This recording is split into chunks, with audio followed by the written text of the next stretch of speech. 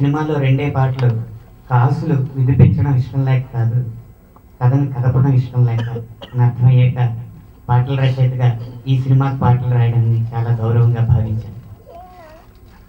ఈ సినిమాలో రాసిన పాటలో ఒక వాక్యం, మనిషికి జంతువుకి ఒక తేడా ఏంటంటే నవ్వు. మనం నవ్వగలం, వాళ్ళు నవ్వలేము. కానీ ఆ నవ్వుని తీసుకుని ఒక లైన్ రాయడం జరిగింది. చాలా గొప్ప సినిమా. ఏంది గొప్ప సినిమా?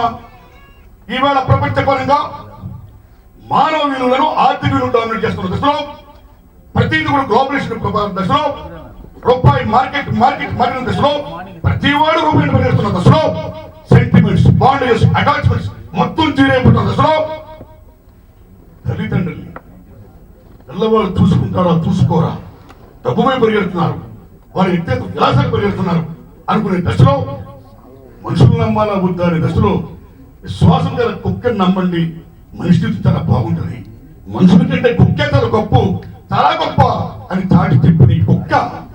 అది చాలా గొప్ప చెప్పిన విశ్వాసం ఎంత గొప్ప చెప్పింది. టామీలాగే మీ కొడుకులు కూతురు ఉండండి, ఓ అమ్మ బాబు ద్వారా మీరు దొప్పించుకున్నారు, మమ్మల్ని కన్నారు, మీ స్వార్థం కోసం మా కోసం కాదు అని దొప్పుడు మాట మానండి. నేను వేరే సినిమా చూశాను యుఎస్ లో.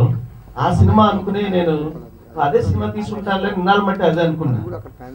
కానీ ఆ సినిమా చూసిన తర్వాత నాకు ఎంత హ్యాంగ్ ఓవర్ వచ్చేసిందంటే, ఈ థియేటర్ బయట కూర్చుని మళ్ళీ ఆ చెట్టు దగ్గర కాసేపు కూర్చుని నాకు నేను కన్సోల్ చేసుకుని నాలో ఉన్న అన్న రెస్ట్ని బయటికి పంపించి ఇక్కడ నుంచి మళ్ళీ నేను కార్ డ్రైవ్ చేసుకుని ఇంటికి వెళ్ళాల్సి వచ్చింది. మా సొంత సంస్థ చేగుంటి హరిరామజోగయ్య గారు మా అందరికి గౌరవ ప్రతిష్టలు తెచ్చిన మనిషి. 22-23 సంవత్సరాల వయసులోనే పశ్చిమ గోదావరి జిల్లాకి జిల్లా పరిషత్ అధ్యక్షుడిగా ద యంగెస్ట్ చైర్మన్ ఎవరు లేరు చరిత్రలో, అది ఒక్క హరిరామజోగయ్య గారి. అంటే 22-23 సంవత్సరాల కాలంలో వయస్సులో ప్రారంభమైన సుదీర్ఘ రాజకీయ ప్రయాణం చేస్తూ ఎక్కడా మచ్చ లేకుండా, ఇందాక నారాయణమూర్తి అన్నట్టు అడగడం అంటే స్పందించడం, అలా స్పందించి బయటికి రావడం తప్పితే ఒక ఆరోగ్యకరమైన రాజకీయ నాయకుడిగా కీర్తి ప్రతిష్టలు తెచ్చుకుంటూ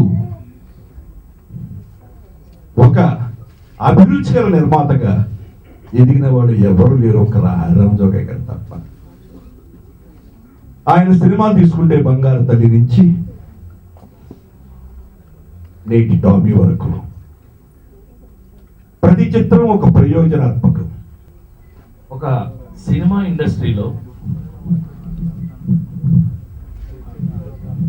నటుడు కానీ సినిమా కానీ చాలా కాలం పాటు నిలబడిపోవాలన్నా, చాలా కాలం అతనికి జీవితం ఉండాలన్నా, నాకు తెలిసి నేను నేర్చుకున్న అతి చిన్న జీవితంలో నిర్మాత మొట్టమొదటి పొజిషన్ నిర్మాతకు చెందుతుంది. అది ఎందుకంటే సినిమాకి నిర్మాత తల్లి లాంటివారు. తల్లి లేకపోతే అసలు ఏమీ లేదని నమ్మేవాళ్ళలో నేను మొదటివాడిని. సో తల్లి అనేది లేకపోతే అసలు పుట్టుక జరగదు, ఏదైనా ఏ జనరేషన్ అయినా ముందుకు వెళ్ళదు. అలాంటిది చాలా కాలం పాటు ఒక విధమైన కొంతమంది చెప్పుకుంటూ ఉంటారు, మరి అది ఎలా ఎందుకు చెప్తారు నాకు తెలియదు, కానీ నిర్మాత అంటే టైం ప్రకారం పోవాలి, ఈ టైంకి ఎట్లా సీజన్ ఉంటే అట్లా సీజన్ బట్టి అడ్జస్ట్ అయిపోతుండాలి, అదే నిర్మాత, లేకపోతే కష్టం. ఏమో మరి అలా మరి నిజమైతే కనుక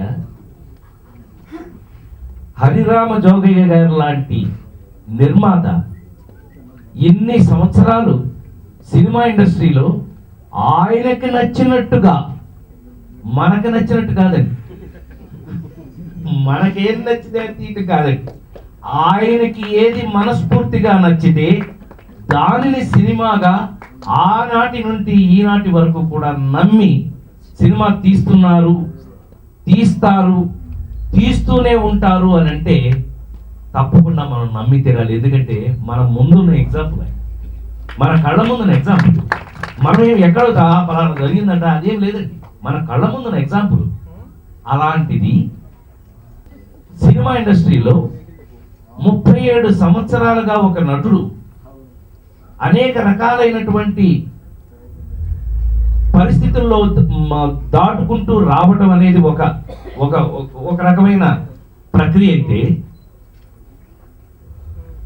అలాంటి నటుడు మంచి పేరుతో కంటిన్యూ అవ్వడం ఇంకొక ప్రక్రియ అయితే, ఆ నటుడికి డబ్బులు ఎంత మిగిలిపోయింది తీసుకెళ్ళలేదు, చచ్చేది లేదు. ఆడికి ఎంత మిగిలిందనే తీసి పక్కన పెడితే 4 రాళ్ళు వెనకేసుకోవడం కాదు, 4 సినిమాలు వెనకేసుకోవాలి కదా. తీసుకోవాలి, 4 సినిమాలు వెనకేసుకోవాలి అని అంటే భద్రాచలం వెళ్ళగానే అందరి బంధువయ్యా భద్రాచల రామయ్య. కమర్షియల్ అయిన ఈ రోజుల్లో మనకి ఎంత లాభం వస్తుంది అనే సినిమాలు తీసే ఈ రోజుల్లో